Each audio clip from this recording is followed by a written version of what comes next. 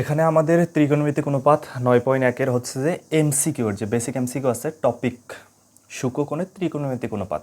তো সূক্ষ্মকোণের ত্রিকোণমিতিক অনুপাতের মাঝে আমাদের প্রথমে এই যে এটা যে চিত্র আছে এই চিত্রটা আগে আমাদের দেখতে হবে। তো দেখো আমরা প্রথমে শিখছিলাম এখানে হচ্ছে কি সাইন, এখানে হচ্ছে কস, এখানে হচ্ছে কি ট্যান, এটা হচ্ছে আমাদের কি কসেক, এটা হচ্ছে আমাদের তাহলে সেক এবং এইটা হচ্ছে আমাদের কট। ওই সেম জিনিসটাকে আমরা নিচে দিছি সন্নিহিত বাহু। তাহলে নিচেরটাকে কি ধরছি আমরা বলো তো? সন্নিহিত বাহু। এবং এই পাশে যেটা আছে তাকে বলছি বিপরীত বাহু। তাহলে দেখো বিপরীত বাহু। এবং ওপরে যেটা আছে সেটাকে বলা হয়েছে অতিভুজ। অতিভুজ এই নামগুলোকে আমরা ইউজ করি। তো নিচেরটাকে আমরা বলতে পারি ভূমি, এটাকে আমরা বলি লম্ব, এটাকে বলি আমরা কি অতিভুজ। এই ভূমি হচ্ছে আমাদের সন্নিহিত বাহু। বিপরীত বাহুটাকে আমরা বলি লম্ব, কস, সেক এই জিনিসগুলো ইউজ করা হয়। তাহলে দেখো এখানে আমাদের একটা নিয়ম, সাইন, কস, ট্যান, কসেক, সেক, কট, সন্নিহিত বাহু, বিপরীত বাহু, অতিভুজ বা আমাদের ভূমি, লম্ব কি হবে এখানে অতিভুজ, তাই না? এই যে এখানে আমাদের কোণ দেওয়া আছে এবং এখানে আমাদের দেওয়া আছে হচ্ছে এই যে থিটা। এই জিনিসটা আমাদের মনে রাখতে হবে। তো দেখো এক্সাম্পল নাম্বার 1, এরকম একটা চিত্র দেওয়া আছে। এরকম একটা চিত্র দিয়ে এই যে আমাদের এখানে কোণ দিছে, আগে আমাদের এই যে থিটা ছিল এই পাশে, এটা চলে গেছে ওপর পাশে, তাই না? তাহলে আমাদের দেখো তো এখানে আমরা যেভাবে ধরছিলাম সন্নিহিত বাহু, বিপরীত বাহু, অতিভুজ, এটাতে কি সেম হবে? কখনোই হবে না, কারণ এটা উল্টে যাবে। কেন উল্টে যাচ্ছে? কারণ এই পাশের আমাদের যে কোণটা ছিল সেটা অপর পাশে চলে গেছে। অপর পাশে যদি চলে যায় তাহলে ভূমি হয়ে যাবে আমাদের কোনটায়, এই পাশেটা ভূমি হয়ে যাবে না এবার। তো এই জন্য দেখো ওপরে চিত্রে কস থিটা সমান কোনটি? Cos theta.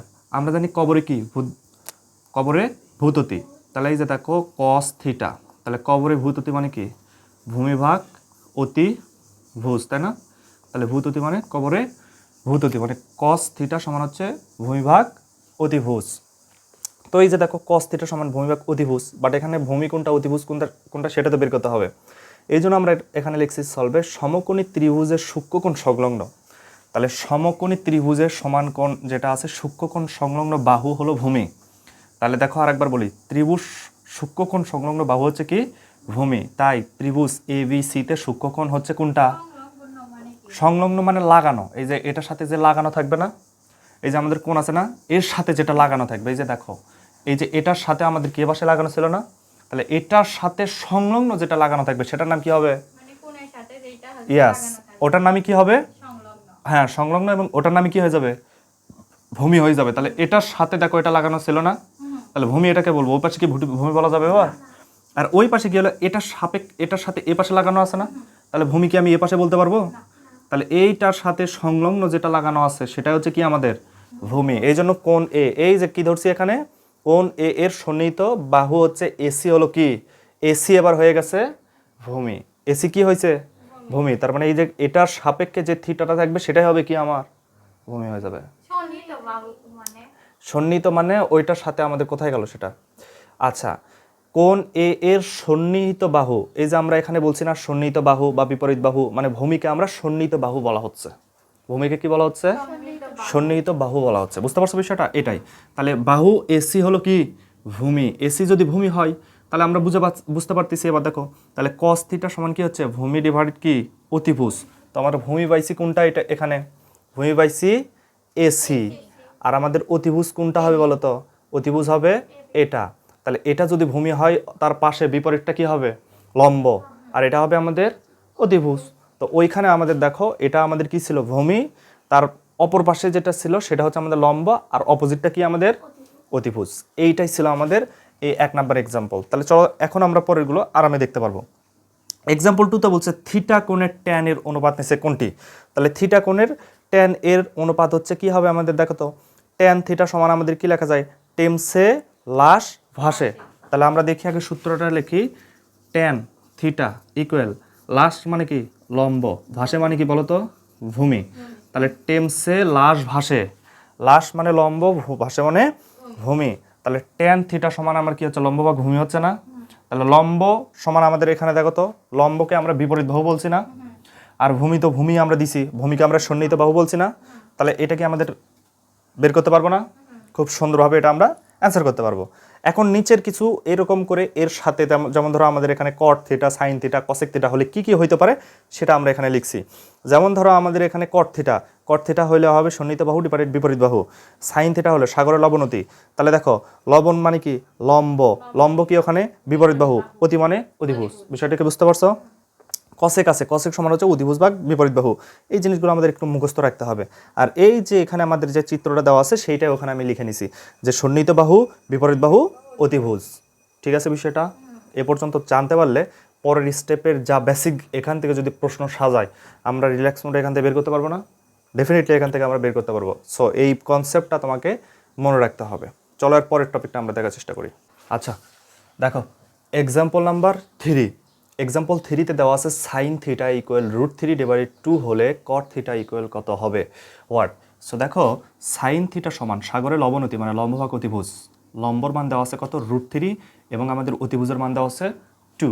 তাহলে পিথাগোরাসের উপপাদ্য অনুযায়ী আমরা সূত্র লিখতে পারি অতিভুজ স্কয়ার ইকুয়াল ভূমি স্কয়ার প্লাস লম্ব স্কয়ার। তো আমাদের এখানে দেখো অতিভুজের মান দেওয়া আছে না? অতিভুজের মান দেওয়া আছে 2, তারপর স্কয়ার। আর আমাদের এখানে ভূমি বের করতে হবে, ভূমির মানটা দেওয়া নেই তাই ভূমির উপর স্কয়ার দিলাম এবং লম্বর মান দেওয়া আছে √3 তারপর স্কয়ার। তো ভূমি যা আছে তাই রেখে দিলাম, 2 2 কত হচ্ছে 4। এই যে রুট এবং স্কয়ার কাটা গেলে বাকি থাকে 3। এই 3 ছিল প্লাস, পার কারণে কি হবে? মাইনাস। তাহলে 4 থেকে 3 বাদ দিলে হচ্ছে 1। এখানে ভূমির উপর স্কয়ার আছে, ভূমি স্কয়ার, এটাকে সামনে আনলাম, এটাকে ওই পাশে পার করলাম, জাস্ট চেঞ্জ করে দিয়েছি। ভূমি রেখে দিয়েছি, ওপরে ছিল স্কয়ার, স্কয়ারকে পার করে দিলে কি হয়? রুট হয়ে যায়। তাহলে 1-এর উপর রুট করলে 1 হয়। ভূমি সমান কত পাচ্ছি? 1। তো এখন দেখো কট থিটা সমান আমরা লিখতে পারি ভূমি ডিভাইডেড লম্ব। এই সূত্র কিন্তু আমাদের মনে রাখতে হবে। তাহলে ভূমি ডিভাইডেড লম্ব, আমরা লম্বর মান পাইছিলাম কত? √3 এবং ভূমির মান বের করলাম 1। তাহলে এইটার অ্যান্সার হচ্ছে আমাদের 1/√3। এমসিকিউর যে অপশনে এটা থাকবে সেটা হচ্ছে আমাদের রাইট অ্যান্সার। পরের এক্সাম্পলটা দেখার চেষ্টা করি। দেখো এক্সাম্পল নাম্বার 4। এখানে দেওয়া আছে এ, বি এবং সি। তাহলে এই যে এটার সাপেক্ষে দেওয়া আছে কোণ, তার মানে এটা কি হবে? ভূমি হবে না? তাহলে ভূমি লম্ব, এটা কি হবে? অতিভুজ সমান আমাদের এখানে মান দেওয়া নাই। তো দেখো চিত্রে দেওয়া আছে সাইন বি ইকুয়াল হোয়াট? তার মানে সাইন বি বা সাইন থিটা যেটা হোক, তাহলে সাগরে লবণতি। তো আমরা সলভে চলে যাই, সাইন থিটা বা সাইন বি সমান লেখা যাচ্ছে লম্ব ভাগ অতিভুজ, লিখছি। তো এখানে আমরা অ্যান্সারটা করতে পারি। তাহলে এইখানে আমাদের যে মানটা বের করতে হবে, যে অতিভুজের মান তো দেওয়া নাই, আমাদের লম্বর মান দেওয়া আছে 2, তাই না? ওকে, আমরা তাহলে সমাধানে চলে যাই। চিত্রে বি কোণের সাপেক্ষে, তাহলে এখানে কোন কোণের সাপেক্ষে? বি কোণের সাপেক্ষে আমরা লিখতে পারি, দেখো লম্ব লিখতে পারি হচ্ছে এসি সমান কত? 2। ভূমি হচ্ছে আমাদের কি? এবির মান 3 এবং অতিভুজ হচ্ছে আমাদের কি? VC equal what? তো পিথাগোরাসের উপপাদ্য অনুসারে আমরা লিখতে পারি অতিভুজ স্কয়ার ইকুয়াল ভূমি স্কয়ার প্লাস লম্ব স্কয়ার। তো দেখো এখানে আমাদের বিসি স্কয়ার মানে অতিভুজ স্কয়ার এখানে রেখে দিলাম। এসির মান আমাদের দেওয়া আছে কত এখানে বলো তো? এসির মান দেওয়া আছে 2, তারপর স্কয়ার। এবির মান কত পাইছি এখানে? 3, তার উপর হচ্ছে স্কয়ার। এখন আমাদের দেখো বা ভি সি তারপর স্কয়ার, 2 2 হচ্ছে 4, 3 3 9, তাই না বিষয়টা? আচ্ছা, তাহলে দেখো বিসি সমান হচ্ছে এখানে আমাদের হলো 13, ওপরে স্কয়ার ছিল সেটাকে পার করে দিলে হচ্ছে রুট। তাহলে বিসির মান আমরা কত পাইলাম এখানে? √13। তো এসির মান দেখো, এখন আমরা এখানে মানটা বসাই দিই। এসির মান পাইছি 2 আর এখানে আমাদের বিসির মান পাইছি হচ্ছে √13। এইটাই হচ্ছে আমাদের অ্যান্সার। বুঝতে পারছো বিষয়টা?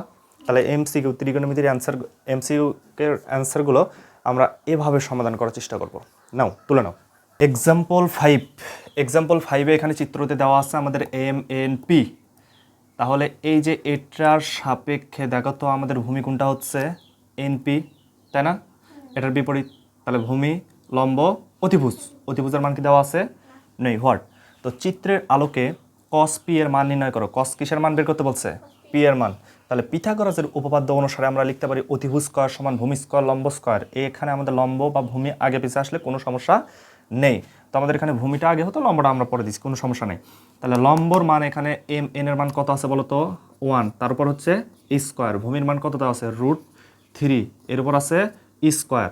1-এর উপর স্কয়ার করলে কত হচ্ছে? 1।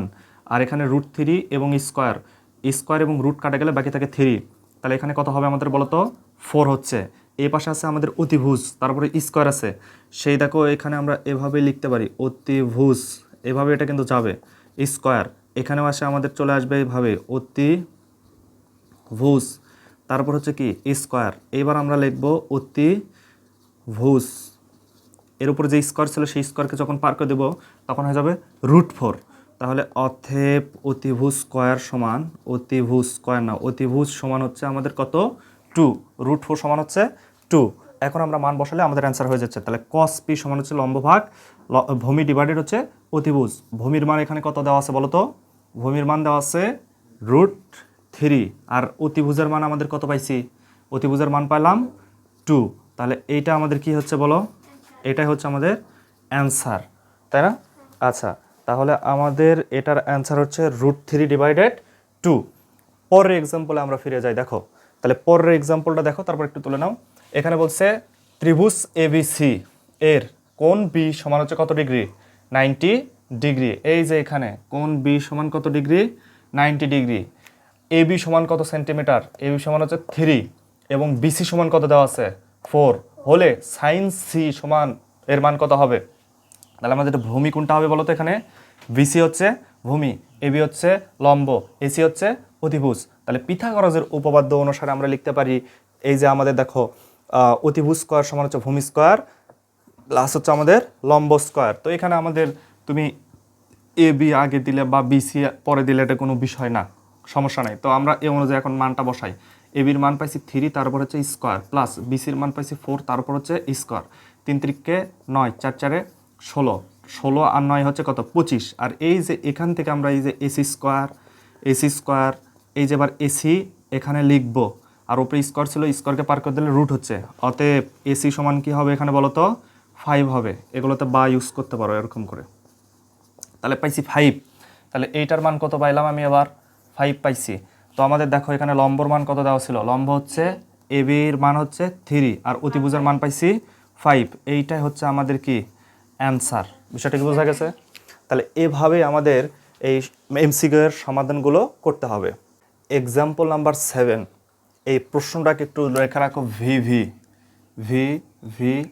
মানে ভেরি ভেরি ইম্পর্টেন্ট, মানে এটা খুবই একটা ইউনিক, মানে এটার মাঝে একটু ইউনিক প্রশ্ন। দেখো এখানে বলা আছে ABC সমকোণী ত্রিভুজ। তাহলে ABC সমকোণী ত্রিভুজে এখানে কোণ C ইকুয়াল হচ্ছে সমকোণ। কোণ C সমান কি? সমকোণ, মানে সমান কোণ।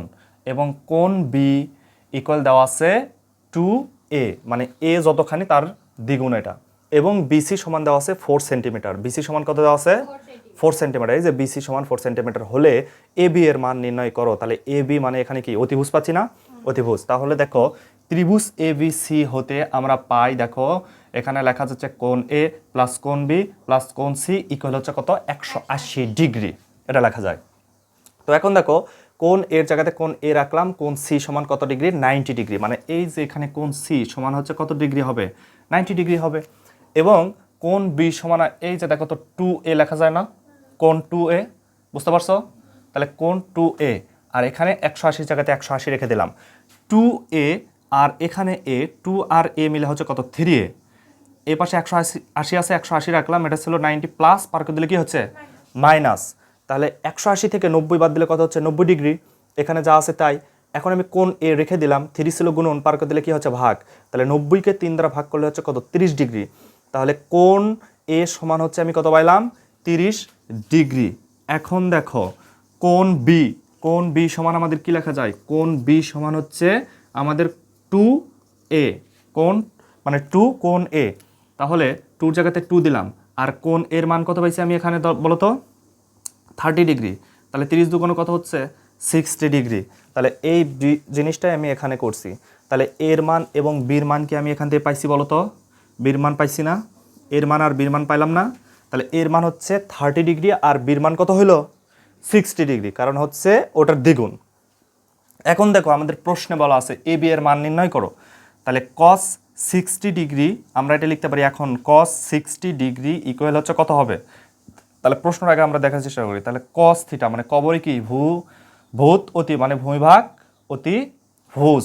তো দেখো কসের জায়গাতে cos দিলাম, আর থিটার মান এখানে আমরা কত বসাবো? থিটা মানে ওই যে বির মান এখানে হচ্ছে আমাদের কত? 60 ডিগ্রি। ভূমির মান কত আছে বলো তো? এখানে 4 সেন্টিমিটার আছে না? আর অতিভুজের মানটা আমরা এখানে কত বসাচ্ছি তাহলে? অতিভুজ এই যে cos 60 ডিগ্রি, মানে এই যে এ বি যেটা, সেটাই তো আমাদের অতিভুজ।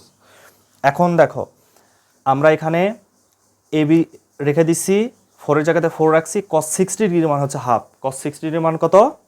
হাফ। ওই যে চিত্র থেকে আছে আমাদের ছক থেকে। তো এখন দেখো এ বির জায়গাতে এ বি রেখে দিলাম, 4 এর জায়গাতে 4 দিলাম। এই যে এখানে ভাগ ছিল, দুইটা ভাগ আছে, এটাকে যদি ভেঙে দিই তাহলে হয় গুণন। গুণ দিলে নিচের জিনিস উপরে যায়, উপরে জিনিস নিচে আসে। 2 দ্বারা একক ভাগ করলে 2 হয়, এখানে 4 এর জায়গাতে 4, 4 দুগুণ 8। এ বির মান কত পাইলাম তাহলে? 8। এই প্রশ্নটা খুবই গুরুত্বপূর্ণ, ভালো করে চেকিং করে এর ফরম্যাটটা সেম রাখবা।